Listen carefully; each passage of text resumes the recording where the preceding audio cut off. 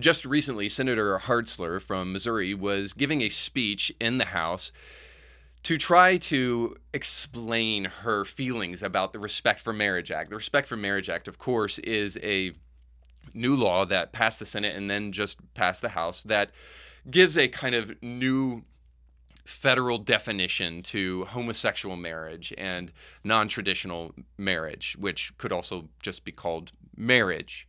In the process, it violates the civil rights and the religious liberties of people, and I would argue, as importantly, the right of association and who you associate with. It violates all of those things, and so Senator Hartzler was genuinely moved emotionally as a result of all these things. And so I wanted to show you her response on the House floor as she's giving this speech. So check this out. I'll tell you my priority. Protect religious liberty, protect people of faith, and protect Americans who believe in the true meaning of marriage. I hope and pray that my colleagues will find the courage to join me in opposing this misguided and this dangerous bill. I yield back. Now, after this, Senator Hartzler received a lot of shade from people online for this emotional display. But the problem with this that I think is really interesting to point out is that we've been told for multiple generations now, certainly the last generation, as I was growing up, we've been told that we need to make sure that boys feel okay crying, and that the worst thing a parent can tell a boy is to stop crying, to get up and brush the dirt off your leg. It didn't hurt that bad. It couldn't have.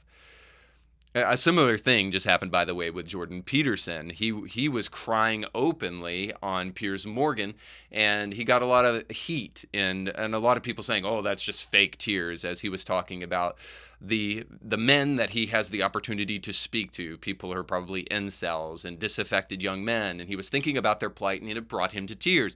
And a lot of people gave him flack for that. Now, this comes within the context of leftists consistently telling us that men should be able to cry. But now here we have a woman crying before everybody, and because of what she's crying about, of course the left wants to go and attack her.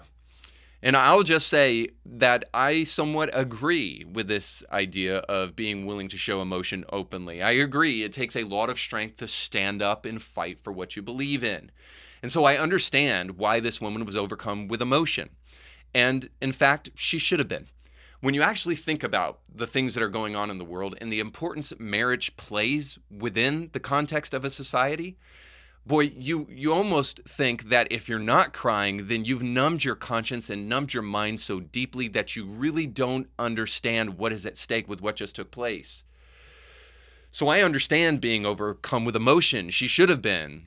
What's sad is that I haven't really heard any strong men come out, especially politicians in particular, because I have heard some men talk about this within the commentator space, but I haven't heard any strong political voices cry out passionately against this Respect for Marriage Act. Because if we had true masculine men who were willing to take a stand for the things that really matter, they would be showing some disdain for what just took place. So I say crying for the right things should be applauded.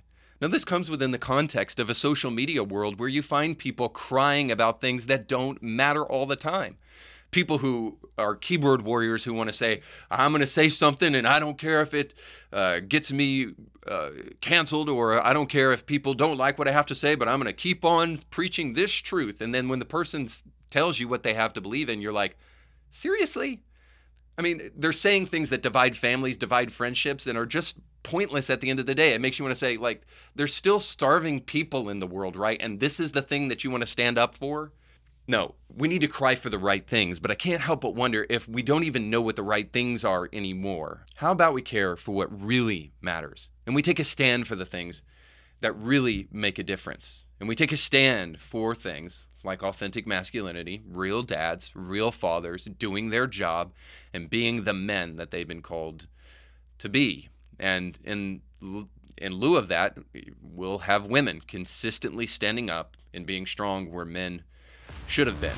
So you just got done watching a small excerpt of a much larger episode. You can find the link to that full episode down below in the description of this video, so you definitely need to check that out, because if you like that clip, you'll like the much larger episode. And while you're at it, don't forget to like, share, and subscribe, and click that little bell to be notified when great new episodes of Indie Thinker come your way.